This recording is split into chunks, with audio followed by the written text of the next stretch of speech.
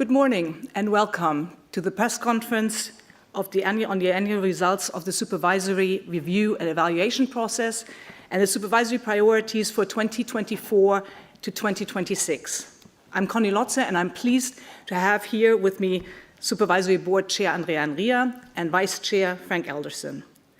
As you all know, this is Chair Enria's last press conference, and it is really thanks to him that we have moved up this press conference to the end of the year, which is of course also the end of the annual SREP cycle. so we are able to present to you the results and the risks and priorities in a timely and relevant manner. But without any further ado, let me give the floor to the Chair for his introductory remarks. Andrea, please. Thank you very much, Connie, and good morning to all of you.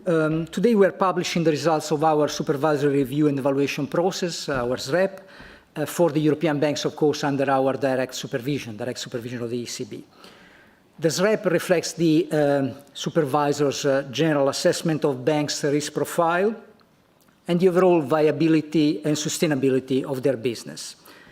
The assessment first determines the amount of additional own fund or additional capital on top of the minimum regulatory requirements that we as supervisors require banks to maintain in order to be resilient in front of the risk they individually face. The assessment also determines what actions we ask the banks to take to be better able to effectively manage risks and ensure their business model is prudentially sustainable. We are also publishing today the SSM supervisory priorities for the 3 years from 2024 to 2026. And that's the first time we do that. Actually, I'm glad that we managed to bring these two important pieces of work together. In 2023, European banks have proven resilient to the macroeconomic challenges arising from higher inflation and the accompanying rise in interest rates, the low growth in real GDP, the Russian invasion of Ukraine, and the long-term effects of COVID-19 pandemic. However, the resilience we are seeing should not lead to complacency, as there are still significant uncertainties and downside risks. Economic growth will continue to be dampened as the ECB's monetary policy tightening and adverse credit supply conditions feed through to the real economy and as fiscal support is withdrawn. Moreover, the banking turmoil in March highlights the importance of taking a prudent supervisory approach. Although this episode did not significantly affect our supervised banks, it underscored the risks that rapid interest rate adjustments may cause to market instability. Against this backdrop, the risk assessment performed in this SREP cycle did not result in significant changes, on average, in bank scores and Pillar 2 requirements. This reflects a recognition of bank strength in quantitative metrics for both capital and liquidity. However, these strengths need to be balanced against persistent concerns about the quality of their governance and risk management practices in the face of a deteriorating risk outlook. The outcome of the SREP is also reflected in our strategic priorities for the years ahead. Our supervisory priorities for 2024-2026 are centered on strengthening the resilience to immediate macrofinancial and geopolitical shocks, accelerating the remediation of shortcomings in governance and climate-related and environmental risk management, and enhancing digital transformation and operational resilience. Let me begin by looking at the current prudential status of significant banks. These banks generally have robust capital and liquidity position. The average CET1 ratio stood at 15.7% in the second quarter of 2023, up from 15% in the same quarter of the previous year. All significant banks have reported CET1 ratios that exceed the requirements and guidance applicable in 2024. This year's stress test, characterized by the harshest adverse scenarios since the inception of the European banking supervision, buttresses our view on the resilience of the sector as a whole. Significant banks reported around 70 billion of unrealized losses on securities at book value. This amount is contained compared with that reported by banks in the United States, where valuation losses played a key role in the spring 2023 turmoil involving regional banks. Furthermore, analysis we have made also shows that these unrealized losses would remain manageable also under adverse scenarios of further interest rate hikes. Asset quality is still strong. The aggregate non-performing loan ratio of supervised banks remains at historical lows. In 2023, banks saw a notable uplift in profitability, driven by the steady and rapid transition from a prolonged period of low interest rates to a consistent, fast-paced increase over the past 18 months. In the second quarter of 2023, banks' average return on equity reached double digits for the first time since the start of the banking union, largely due to wider net interest margins resulting from the rate hikes. During 2023, banks under our supervision also stayed resilient with regard to their liquidity and funding. Average liquidity coverage ratios remain well above the regulatory minima and declined only slightly from 164% to 158% following the shift in monetary policy stance. On average, banks could rely on excess liquidity and a diversified funding base, including the issuance of wholesale funding to smoothly compensate the ongoing withdrawal of the targeted long-term refinancing operations, the TLTROs. Together with robust capital and liquidity buffers and contained amount of unrealized losses on securities portfolios, a diversified deposit base was a key factor in shielding the sector from the turmoil in the US and Switzerland during the spring. These events, formidable in their scope and impact, have tested the robustness of our significant institutions, which have thus far withstood these trials with solidity. But banks also need to be resilient and vigilant to the evolving risk environment. And if anything, the event of spring 2023 showed that in times of quick macroeconomic adjustments and heightened uncertainty, market players generally look beyond the regulatory metrics and standard key performance indicators that they look in normal times. In particular, they scrutinize banks' economic value, the economic value of equity, so mark-to-market of their balance sheet, and look for any sign of weakness in their business model. The economic outlook is marked by considerable risks and uncertainties. Banks still need to grapple with the challenges of tighter financing conditions, persistently elevated inflation, and ongoing geopolitical tensions. The most recent macroeconomic forecasts suggest a notable slowdown in economic activity. Short-term projections of growth in real GDP have been revised downwards for 2023 and 2024. Downside risks for banks are therefore growing, and let me also highlight the risk to profitability. In the current hiking cycle, Euro banks have been slower in passing policy rate increases to depositors than they were in previous cycles. To be honest, we also have to recognize that they were also slower to pass the negative interest rates before the change in direction in interest rates. This delay is partly driven by the availability of excess liquidity at banks at the start of the hiking cycle. So banks placing greater reliance on the ECB's TLTROs, those that were more dependent on this extraordinary funding, and those which have been also delaying the repayments, appear to be the ones that have also increased their deposit rates to a greater extent. And this signals that with the TLTROs repayments now coming to an end, there will be likely an intensification in the competition for deposits. And this will, of course, push also the rates offered to depositors to higher levels. The normalization of monetary policy, therefore, is likely to further weigh on banks' cost of funding and interest margins in the future. Profitability will also be challenged by emerging downside risks, including credit risk and fair value losses. These concerns, coupled with investors' disappointment about some governments introducing taxes, levies, or other public policies adversely affecting banks' net profits, are also reflected in the fact that the current market valuations of euro area banks have not substantially exceeded pre-pandemic levels, so they remain pretty depressed. Notwithstanding the progress made in recent years, persistently low price-to-book ratios indicate that investors remain skeptical about the long-run sustainability of banks' elevated earnings. There has been recently an analysis in the Financial Stability Review of the ECB showing that this is not reflecting the economic fundamentals of the banks, but still this is the uncertainty that market participants signal at this juncture. Asset quality remains an area of attention. The quality of bank assets in the euro area may deteriorate due to the geopolitical risks or because high inflation and tighter financing conditions are affecting the ability of households and non-financial corporates to service their debt. Although NPL ratios within the banking union remain low, rising borrowing costs and weaker demand could broadly affect credit quality. In fact, there are emerging indicators that asset quality is already starting to deteriorate somewhat. The stage 2 ratio, stage 2 are the underperforming loans, let's say, the ones which are not yet classified as non-performing loans but show signs of deterioration. The stage 2 ratio for household loans, particularly consumer loans, and also commercial real estate, has seen an uptick. Similarly, corporate bankruptcies and default rates have increased, moving up from the record low levels seen during the pandemic.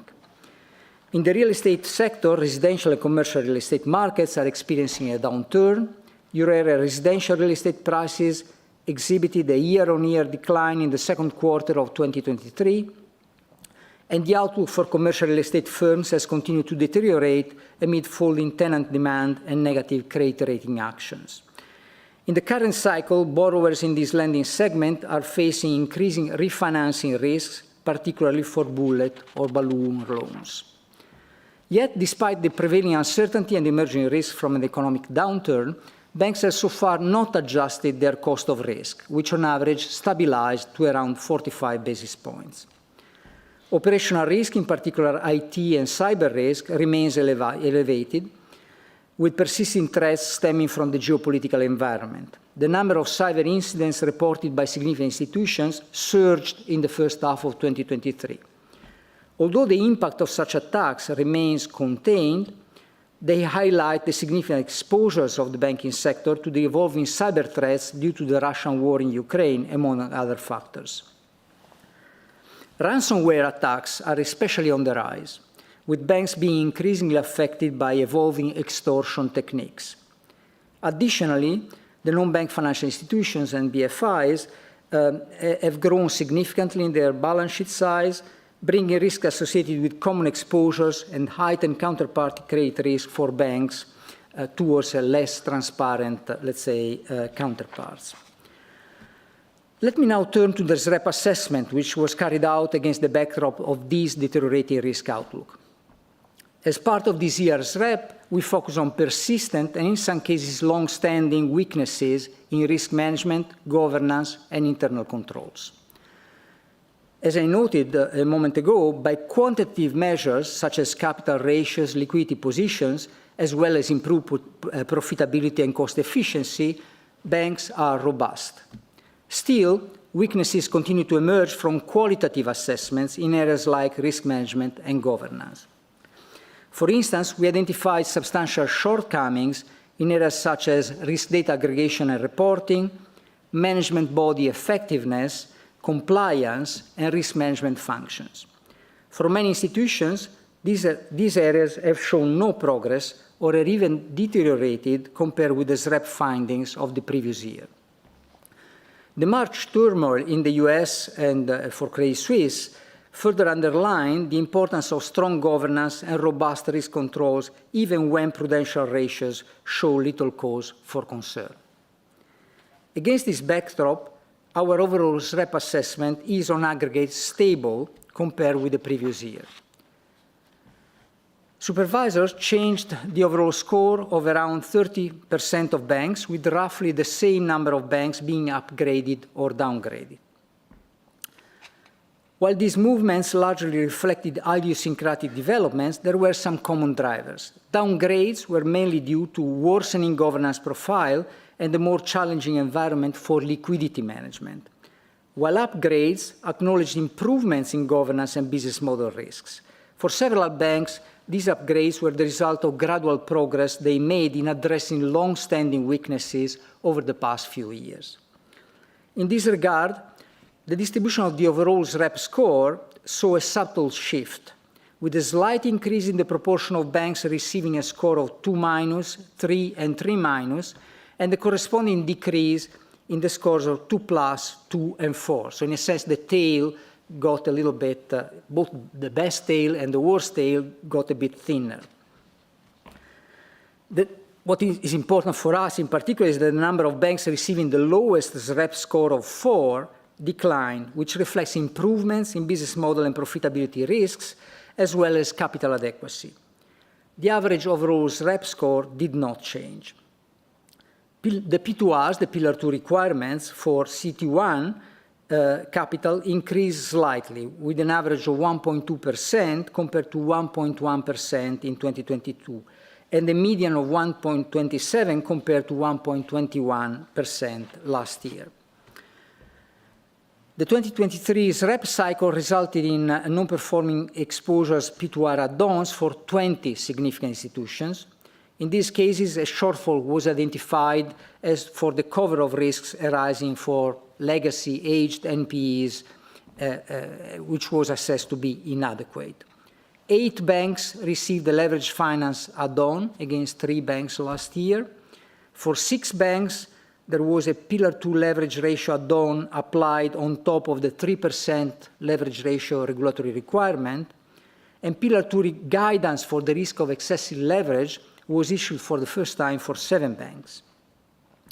In addition, 3 idiosyncratic quantitative measures were included for liquidity risk, and this is also the first time. 2 of these measures required a minimum survival period, and the third imposed an additional currency-specific liquidity buffer. Our qualitative measures have primarily targeted areas such as internal governance, credit risk, and capital adequacy, with a marked increase in measures related to liquidity risk and interest rate risk in the banking book, not surprisingly, given the evolving macrofinancial environment. The weighted average of overall capital requirements and guidance to be met with CET1 capital has remained relatively stable over the recent years. For 2024, the aggregate capital requirements are estimated to increase slightly to 11.1% of RWAs, of risk-weighted assets, against 10.7% the previous year. Taking a longer view, over the past decade, the ECB has maintained generally steady SREP scores. The overall SREP score across all elements was 2.6 in 2015, and it is 2.6 today. This stability, however, does not mean that the banks have not improved over the last decade, quite the contrary. The SREP offers a relative assessment based on the idiosyncratic risk profile of individual institutions and their ability to rapidly address shortcomings identified in the course of the supervisory process. Our supervisory stance pursued a gradual improvement in banks' practices across the board, and our expectations became more demanding in light of the daunting challenges raised by the sequence of shocks and the uncertainty of the external operating environment.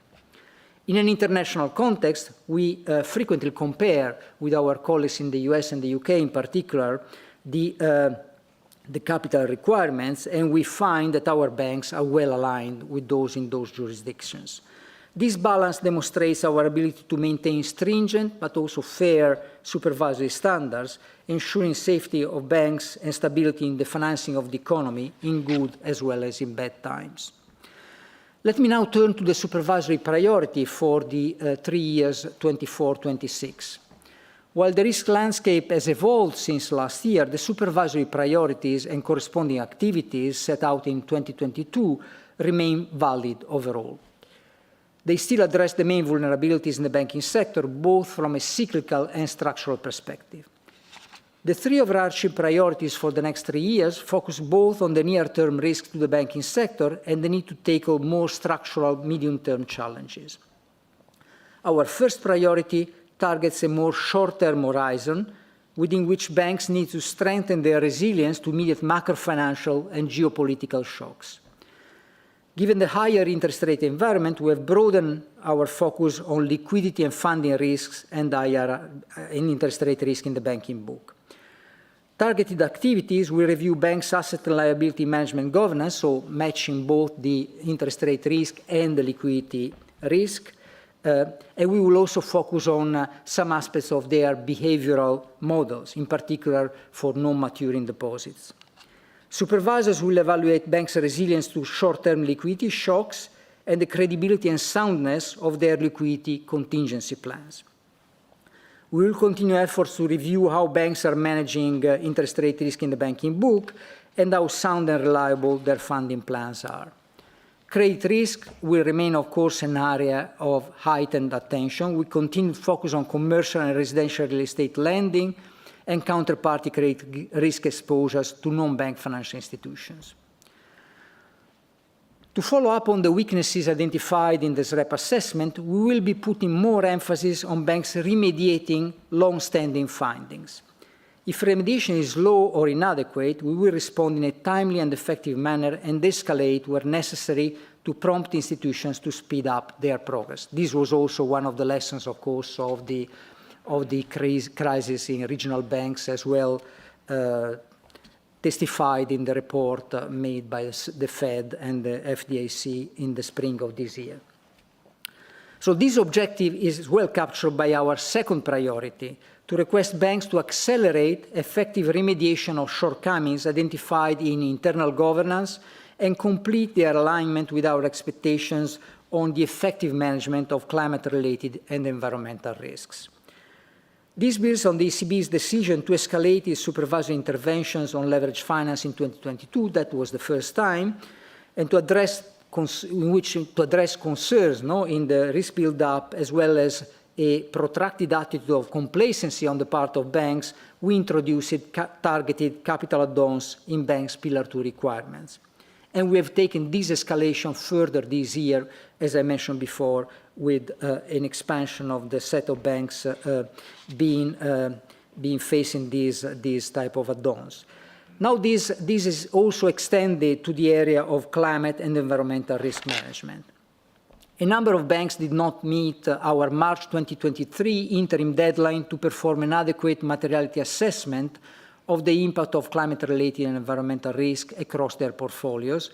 As a result, we issued binding supervisory decisions requiring banks to remediate shortcomings in their risk controls in this area, including a potential imposition of periodic penalty payments if banks fail to comply.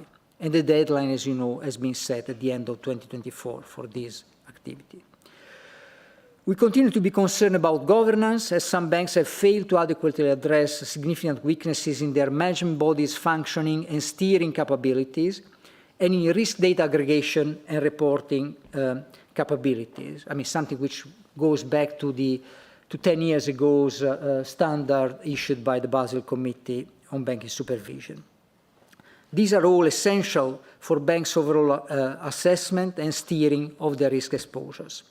From 2024 on, the ECB will increasingly apply escalation mechanisms and tools, possibly including enforcement measures and sanctions, to ensure that banks address these shortcomings. Following a public consultation, the guide on effective risk data aggregation and risk reporting will be published in 2024 to reinforce supervisory expectations, and this will be supported by targeted reviews, on-site inspections, and engagement with banks showing persistent shortcomings. As for other structural medium-term challenges, our focus will be on ensuring further progress in digital transformation and setting up a robust operational resilience framework. The ECB plans a thematic stress test on cyber resilience in 2024 to assess banks' ability to respond to and recover from cyber attacks. The stress test will confront banks with a severe cyber-related scenario, assessing their operational capacity to manage and recover from it. And the outcomes will be integrated in the next SREP cycle in 2024. Finally, we are continuing to enhance transparency of our supervisory activities, and today we are publishing a number of new methodologies. This complements the existing public disclosure of credit and market risk methodologies. We had already disclosed on our methodologies on risk levels. We are now complemented this with our methodologies on risk controls for both market and credit risk. This disclosure includes also new information on our methodologies on governance and business model assessment. Over and above the outcome of the 2023 SREP cycle, this key annual supervisory process has now come to a mature stage, and this has been sufficient for us to prompt a reflection on how to make it fit to address the challenges ahead of us. And in April 2023, the ECB published the results of an external assessment, an external independent assessment of the SREP, of our SREP process, which includes recommendations for the further evolution of SREP and improvements on the effectiveness and efficiency of supervision. The report was drafted, as you know, by a group of experienced independent experts appointed in September last year. We started carrying out some of the report's recommendations in the 2023 SREP cycles already. For example, we already implemented our risk tolerance framework in all supervisory processes, introducing a new multi-year SREP assessment to allow supervisors to better calibrate the intensity and frequency of their analysis. So no more tick all the boxes all the years, no, but being more selective on the modules and areas that the supervisors want to analyze based on the specific needs and risks at the banks they supervise. We will take the recommendations into account in a review of our internal process in time for the 2025 SREP cycle. In particular, we will review our approach to risk scoring in the SREP and the process for determining Pillar 2 capital requirements. So thank you very much for your attention, and I now look forward to your questions. Thank you. Thank you very much, Andrea. And so we now go to the questions. We have a lot of journalists online, so I will try to call on two journalists, sequentially in one go. So we start with a question here in the room. I saw a hand up here, or over here, okay. We have several questions in the room. We start with a question in the room, and then we will go to a question online. So we will start with Nick Comfort of Bloomberg, and then we will go to Francesco Canepa of Reuters, who's online. So please, Nick. Good morning. I have two issues I'd like to address. The first is on the leverage ratio requirement add-ons. First of all, is there any overlap between the requirement add-on and the guidance add-on? Are they the same banks? Could you maybe tell us what caused you to impose these add-ons? Was it banks having excessive derivative positions? Was it securities financing? Was it step-in risk? What's got you worried, and what are you hoping to address with that? Then on liquidity, the three banks are very exciting. Could you tell us a bit more about that? About how long is the survival period? Is it longer than the 4 months which you had back in the 2019 test? Is the third bank with the foreign currency problem, is it a GSIB, and is it the US dollars? And then on a personal note, we journalists, we don't praise the people we report about for good reason, but I would say that thank you for the added transparency and engagement that we've seen over the last 5 years. It hasn't gone unnoticed. Thank you. We go one up by one, but... Okay, thank you very much for your questions and also for your comments, which I, of course, appreciate. On the leverage ratio requirement, you are spot on. I mean, basically, we are looking at those particular risks that can cause excessive leverage. So banks which have particularly large derivative positions, securities financing transactions.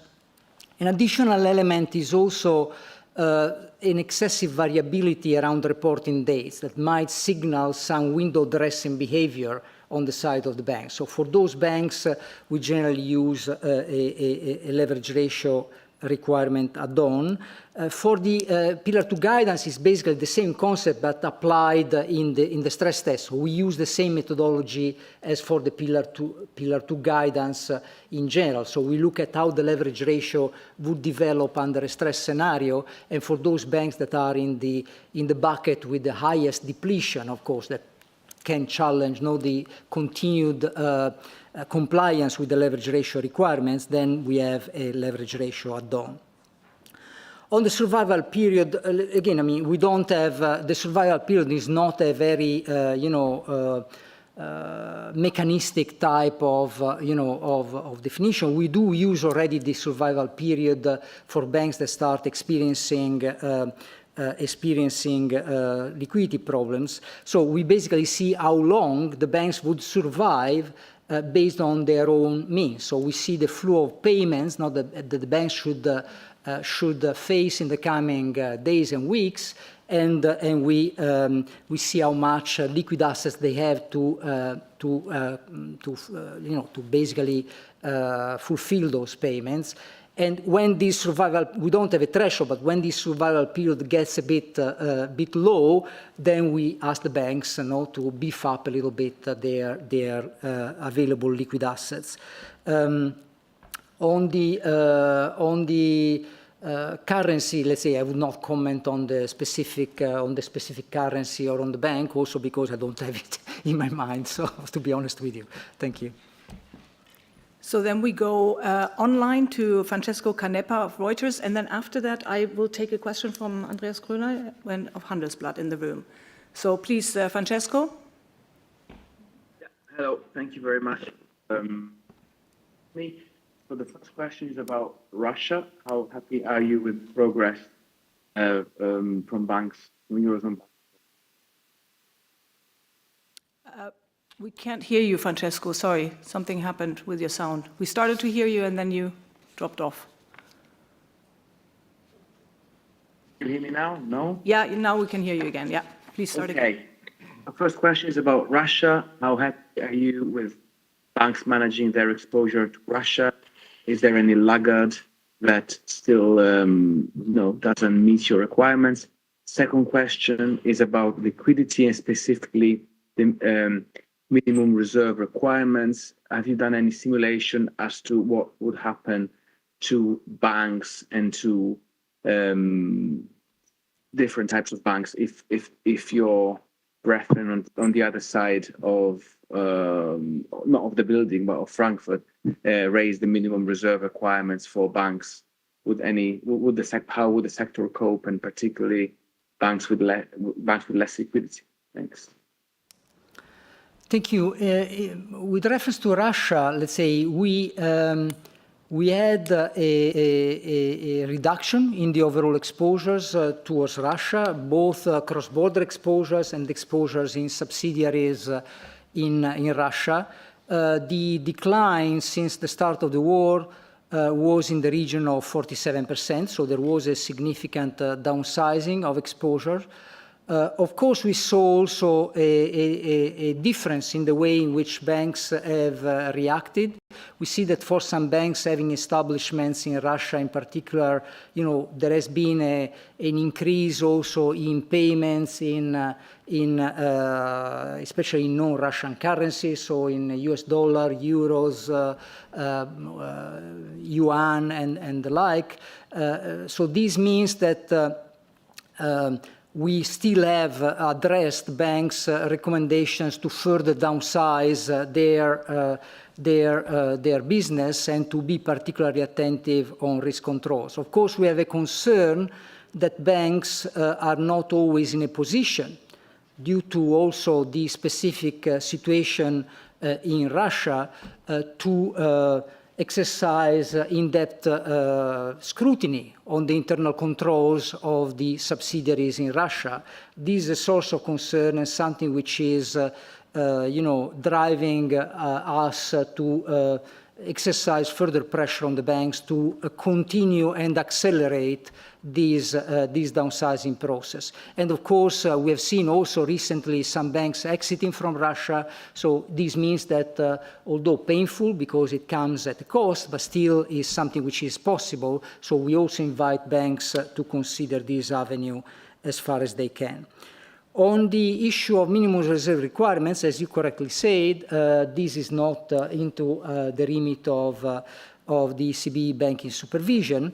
We know that there is this review of the operational framework for monetary policy.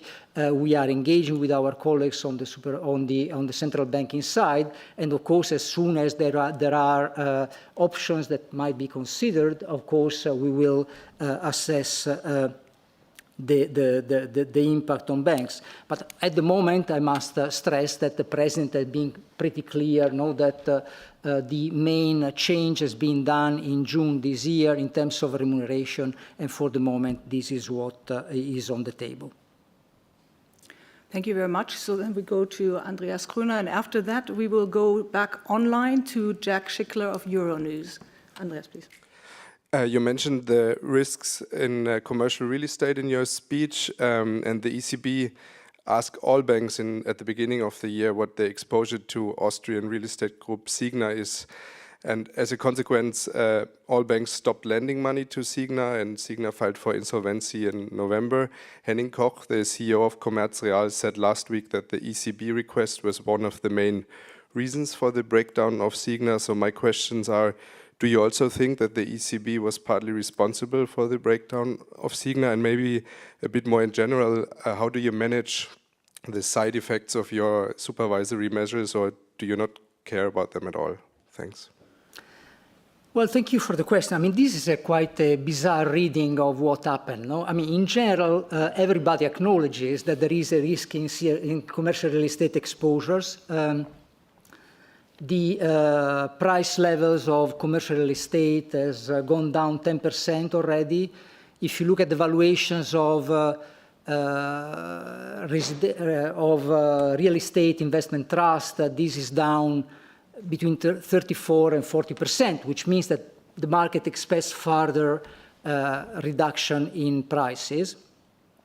Banks have significant exposures to commercial real estate, so surprise, surprise, the supervisors go and look into these exposures. Not only certain developers, but all developers. We have done since 2022 a number of targeted review, deep dives, on-site inspections, campaigns, and in all these cases, when we found that banks did not have appropriate provisions against these exposures, we actually request the banks to step up these provisions. By the way, in doing that, we don't do it ourselves. I mean, we rely also on experienced and trusted advisors specialized in evaluation of real estate. So an additional point, which is an element of strength of European supervision, is that we can compare. When you have banks also in different countries which have common exposures to the same real estate developer, or sometimes even common exposures assisted by the same collateral, and they have very different valuations of these exposures, we can challenge the banks which have less conservative valuations, less prudent valuations. So that's our supervisory bread and butter work, I would say. So generally, when we ask banks to raise provisions, is because we see higher risks. I find it bizarre, no, that we do this not only for commercial real estate exposures. I mean, we do it for our on-site work on in all areas. I mean, leverage finance. We have done it in consumer finance. So in general, the nexus is from higher risk to higher provisions requested by the supervisor. Not that higher provision requested by the supervisor generate higher risks. I mean, that's something that I find bizarre. So I don't see that this is happening. We are just doing our normal supervisory work here. On supervisory measures, you want to? There was a part of the question. Was it answered? Yeah. I mean, yeah. The question was, you specifically asked. The microphone. Yeah. In this case, you specifically asked the exposure of a certain company, which many people told us was kind of unique, and the question was just, do you in general look at the side effects of those measures, or not? Let me again explain what supervision is about. Now, when our site inspectors go on site, what they do is what is called credit file reviews. So they open the drawer, they take the file of the exposure to a counterpart, no, and they see whether this exposure is correctly valued. Okay. Now, as I said before, if they come to the conclusion that the bank is not properly valuing this exposure because the collateral is excessively priced, or because maybe the risk parameters that determine the capital coverage for these exposures, or the provisions that the bank set aside for these exposures are not appropriate, our inspectors normally, I mean, this is work that I know, I mean, the point I know that in some countries this was not, a common practice, but this was common practice across most of Europe for a long time. So that's simply what we are doing. If we go there and we see that the bank has, not prudent valuations of their exposures, it is our bread and butter supervisory work to request the banks to adjust this valuation, to provision more, or to revise the risk parameters for these exposures. This we do not only for Signal or any other commercial real estate developer. We do it for all the credit files that we review in every on-site inspection that we do. And to give you a figure, this year we plan to do 130 of them. So the idea that we are targeting one borrower is simply, a fancy idea. Sorry to sound a little bit, but something that is not real.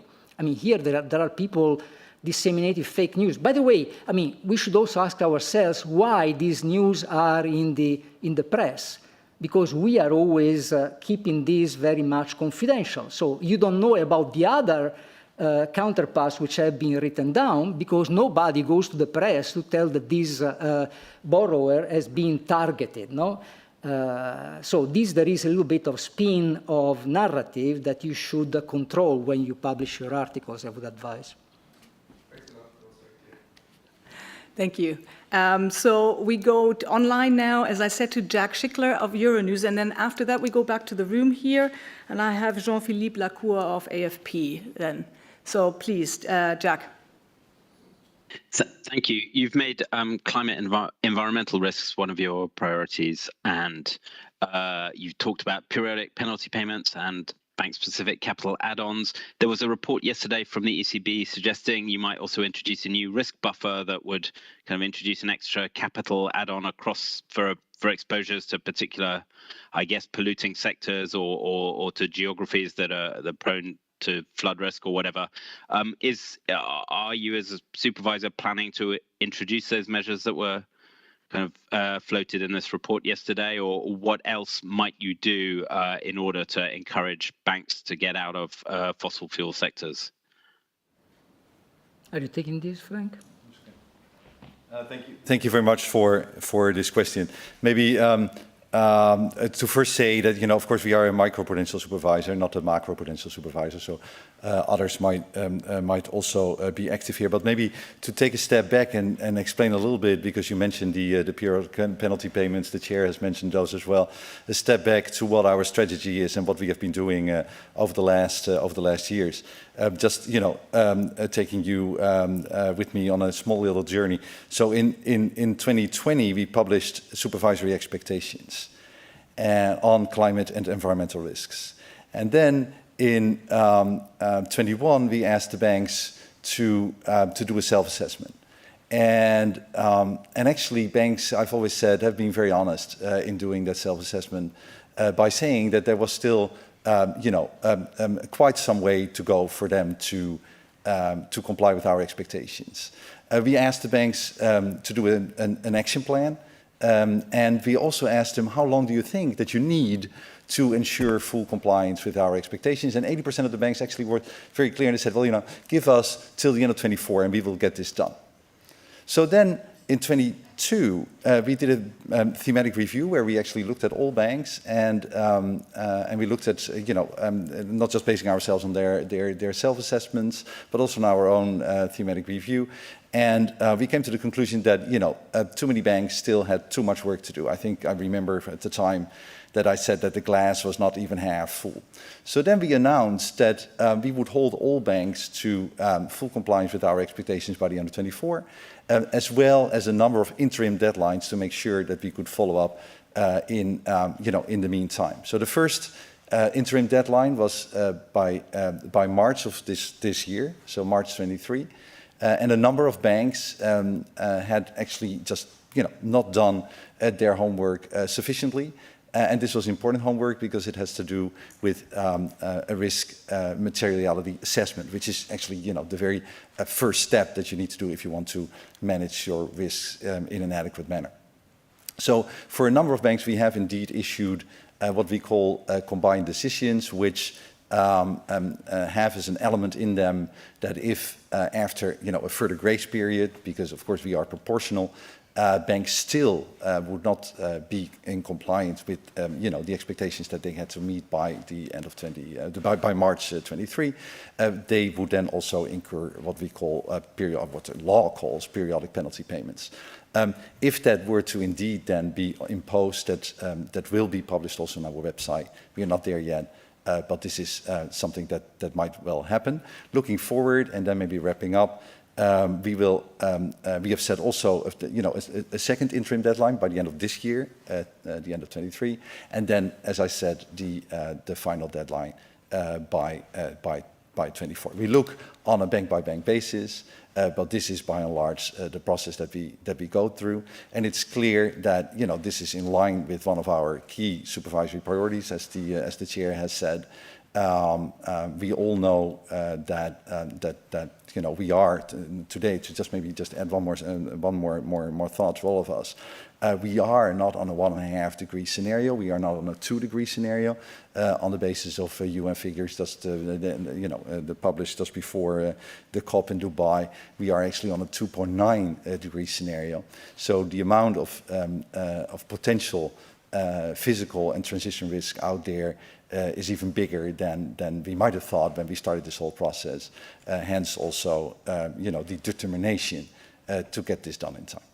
Thank you. If I may add one point, Frank, if you allow me, just to make an announcement. Now, the Supervisory Board has recently approved a report that will be published shortly, which will focus exactly on ways to measure transition risk, which in my view will be particularly important because I see that this debate is always focused on exposure to, brown sectors. While what is essential is how the banks will measure the ability also of sectors which are brown, actually, to transition, And so we will try to develop, to steer a bit of debate, on how banks and financial institutions more generally can measure the transition, because that will be the key element, in my view, to manage the risk properly going forward.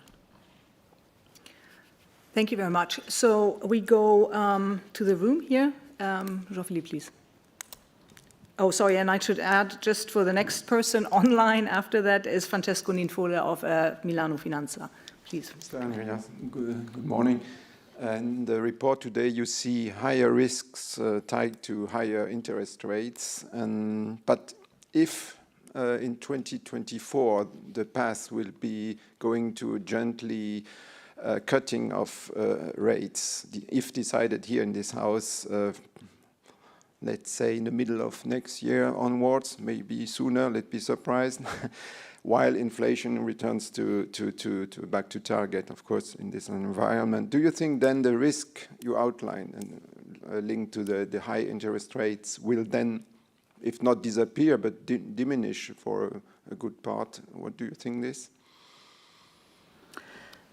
Well, we know already the risks for banks of a low or even negative interest rate environment. I mean, this has played a role for a relatively long period of time in terms of compressing interest margins. Of course, to some extent, also in the past, this was compensated by higher volumes of lending. Anyway, at the moment, let's say, for us, the point is that there was such a rapid shift to a higher interest rate environment, and you know that in general the asset quality problems materialize with some lag. There is always at least 6 months, maybe longer, in terms of lag before the tension that is generated by a change in the interest rate environment materializes into difficulties of borrowers to pay back the loan. So for the moment being, I think that the key issue is still the fact that the current change in the interest rate environment has not yet translated into asset quality problems. We start seeing, as I mentioned, some sectors. We're seeing first consumer finance, then we have seen now commercial real estate also, in which non-performing loans start increasing. Residential real estate is still relatively resilient because, notwithstanding the increase in interest rates, another key determinant, which is the unemployment rate, has remained pretty positive. No? So, to some extent, there hasn't been an increase in unemployment, and this has been buttressing the strength of residential real estate borrowers. So, again, a sort of landscape that will need to be continuously monitored, and banks will need to continue looking into their let's say, how this will affect their balance sheet. Next year, we'll do specifically targeted review on, as I mentioned, on asset and liability management, exactly because with this variability in interest rates, it is important that banks look at the same time to the interest rate risk in the banking book and the impact this could have on their funding and liquidity profile, no? Which is something we have seen at play, in particular in the regional banks in the US. So if there are further moves, whatever the direction, this will be something banks will need to look at pretty carefully. Thank you very much. So now we go to Francesco Ninfola of Milano Finanza, and then after that, I think we stay online and with Laura Noonan of the Financial Times. So Francesco, please. Thank you. Good morning. I was wondering if profitability, also in a context of lower interest rates, could re-emerge as a structural problem of the sector that was just hidden in the last year due to higher interest rates. So do you see risks on that front? And secondly, I would ask you, what do you consider as main achievements of your mandate?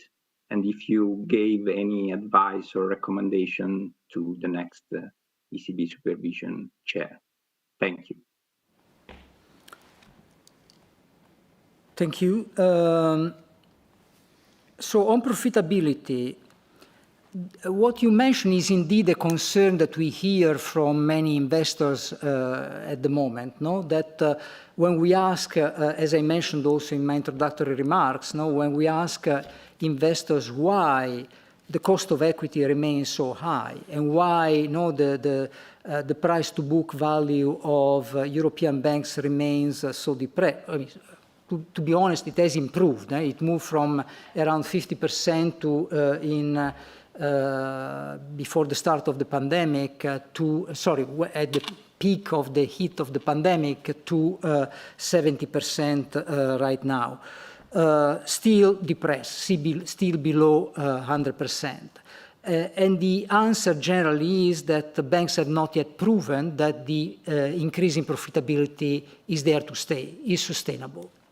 So there is this concern that this effect will disappear as long as the pass-through to deposits will be completed, and even more if there will be in future, changes downwards of the interest rates. So my view is that, and this disregards the significant adjustments that banks have made in recent years. Maybe here is an area in which it would be more appropriate to differentiate across banks. So I would expect that there will be more differentiation across banks. No? There are banks which have been very effective in improving their cost efficiency, for instance, in embracing digitalization strategies and using them as a new tool to strengthen their business model. Banks which have refocused their business model, maybe also via transactions, selling line of business that were not sufficiently profitable and acquiring maybe scale in other lines of business that were areas of strength. So this type of recovery in profitability for me is there to stay. I think that markets will have to, are clearly skeptical, and banks will have to prove that even in presence maybe of future declines in interest rates, they will be able to sustain the newly found profitability levels that they have right now.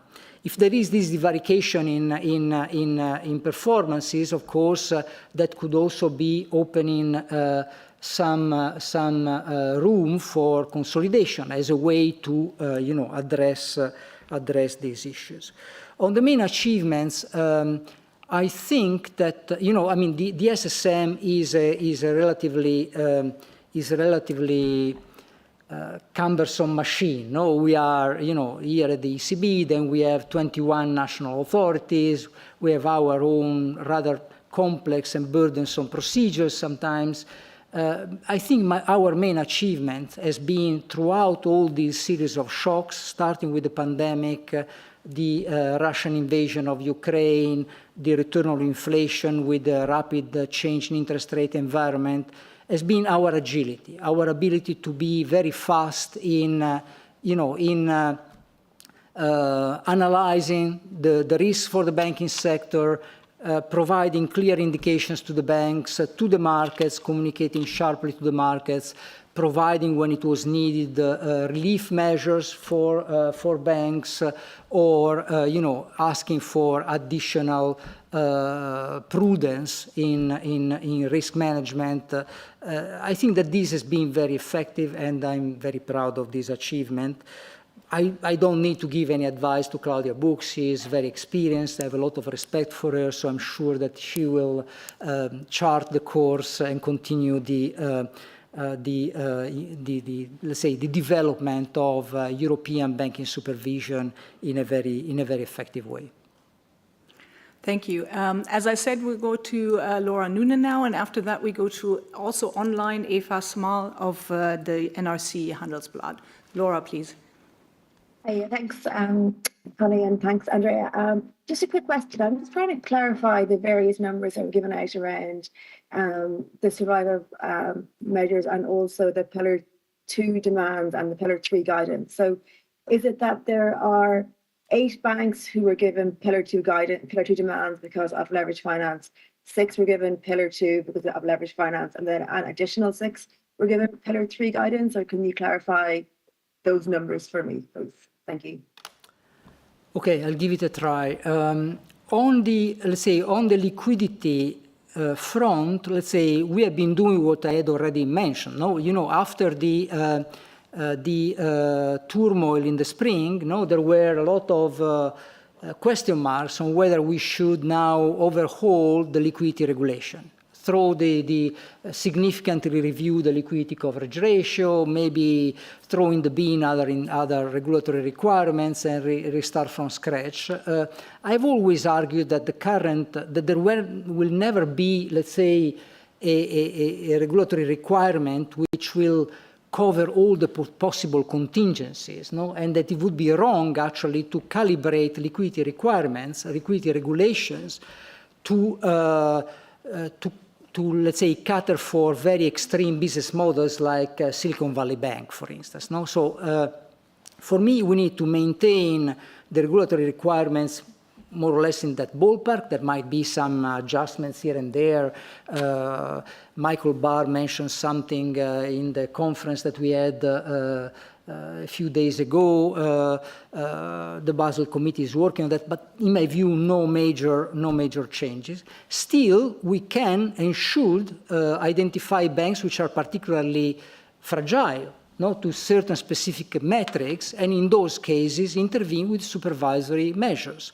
And this is what we have done. We have found banks, the survival period, as I was mentioning before, is how long can a bank stand on its own feet without relying on extraordinary support from the central bank or other forms of facilities to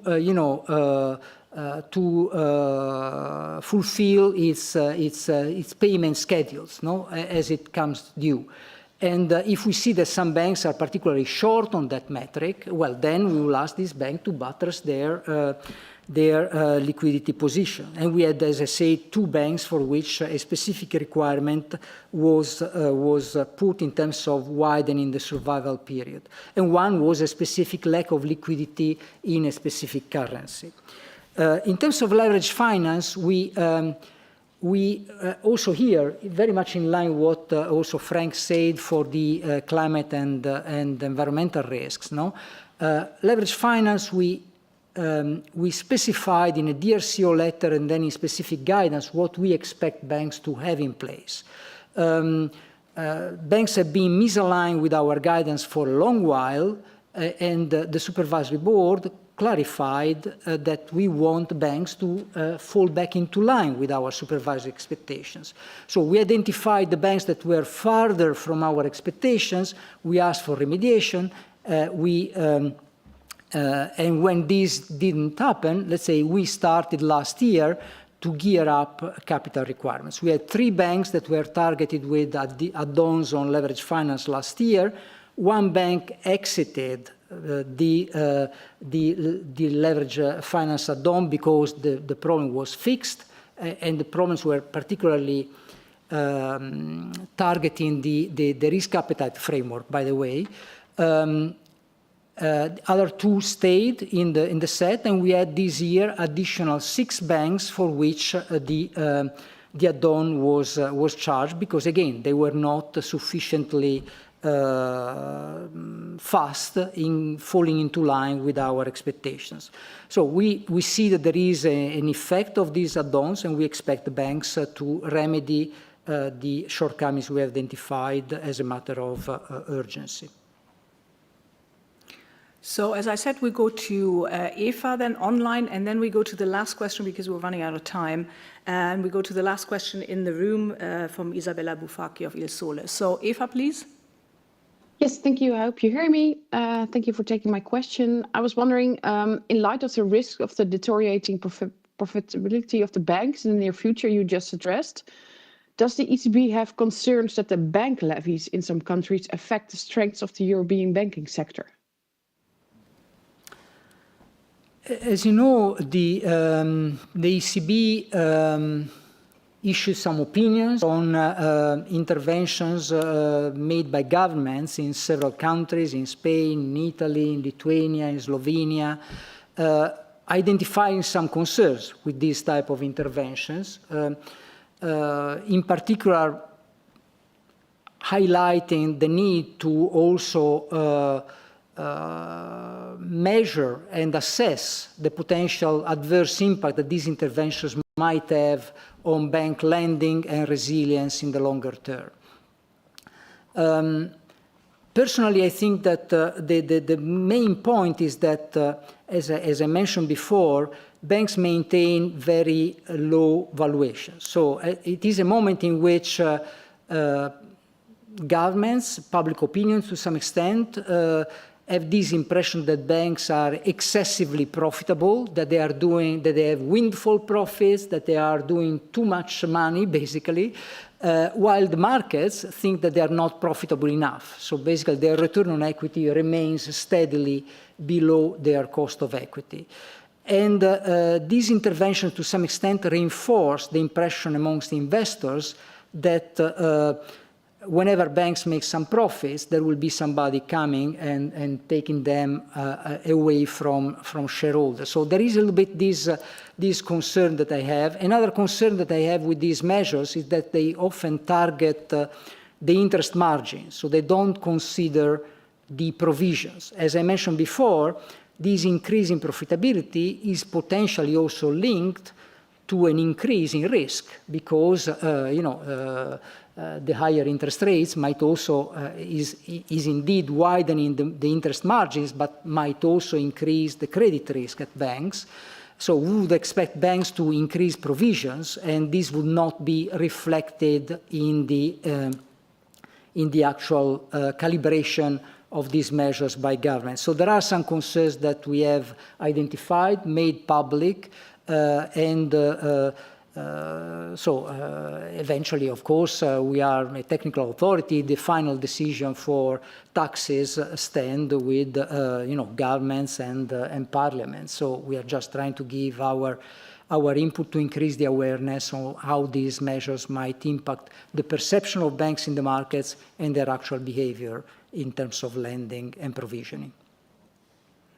Thank you. So, and last question goes to Isabella Bufacchi of Il Sole. Thank Thank you for taking my question. Good morning. My question is on funding. If you can make a comment, because banks had to go through a period of very rapid and high interest rates, and at the same time they had to reimburse the TLTROs, so they don't have this instrument anymore. And how does the European banking system cope with not having this instrument, and do you think that it is useful to have these kind of instruments anyway for banks? And also, always on funding and instruments, what would you say about the securitization? I heard some banks saying that it is badly needed, but it's not there, so European banks have one instrument less compared to other banks, especially the Americans. But how big is this problem? How important would be to have securitization for banks? Thank you. Thank you very much for the question. Now, let's say the reaction of banks to the shift in the funding environment has been so far very positive and very robust. So banks have been able to meet the deadlines of reimbursement of TLTROs. Many banks have anticipated significantly the repayment of TLTROs, and the impact on their liquidity ratios, for instance, that was honestly, from our point of view, a little bit of an area of concern. No, there were estimates that would have indicating a potential decline in the liquidity metrics, in the liquidity coverage ratios and liquidity buffers in particular. These have not materialized. As I mentioned in my introductory remarks, the liquidity coverage ratio decreased only slightly from 162 to 158%, notwithstanding a massive reimbursement of TLTROs. So banks have been able to substitute these extraordinary funding sources with a reduction of reserves, or with access to actually wholesale funding markets without a major impact on their profit and loss. So banks have been so far pretty good in terms of tackling this funding risk. As I mentioned before, of course, this does not mean that they should disregard the challenges ahead. So there are further chunks of the TLTROs to be reimbursed. The interest rate environment remains of course, much more challenging than it used to be. The pass-through will probably increase, and we already see a differentiation across banks. So the banks which were weaker to some extent in terms of funding capacity and were more relying on the TLTROs, those which have postponed, for instance, the reimbursement of TLTROs, are those which have started offering higher deposit rates to attract new deposit funding. And when we see the funding plans of the banks, in many cases, all of them say that they plan to increase their share in their market share on deposits. Now, of course, not all the banks can increase their market share, no? So there will be increased competition, and this means that the funding cost will also increase. So in a nutshell, so far so good, but there will be more challenging times ahead. The TLTROs, I saw them as useful in the specific contingencies in which they were issued, but at the moment they've been announced, markets have been well prepared, they should be now rolled out. Securitization is an important issue. It is true that the securitization market has not been particularly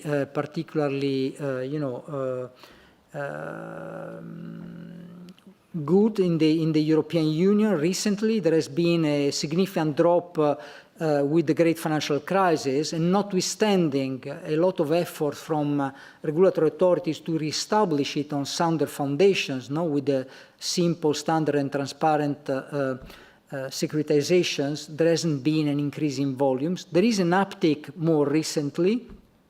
It might be also that the depressed status of the securitization market was due to the fact that it was used only for reduction of capital requirements, basically. The funding reason was not there because banks were flush with liquidity. Now that the funding market will become more challenging, I expect that the securitization market can also recover somewhat. Of course, we remain distant from the US. The US have also Fannie and Freddie that help banks, disposing of their mortgage portfolio at very advantageous conditions. But anyway, I think that also from a policy perspective, we need to continue finding avenues to strengthen the recovery of the securitization market. The EBA has done important work recently. We are collaborating with them and with the Commission, and we expect that there will be further initiatives that should support the recovery in the market. Thank you very much. So we come to the end of the press conference. We've gone a little bit over time. Sorry about that. But thank you very much, Chair Enria. Thank you very much, Vice Chair Elderson. So we conclude the press conference here, and have a good day. Thank you. Thank you. Thank you very much.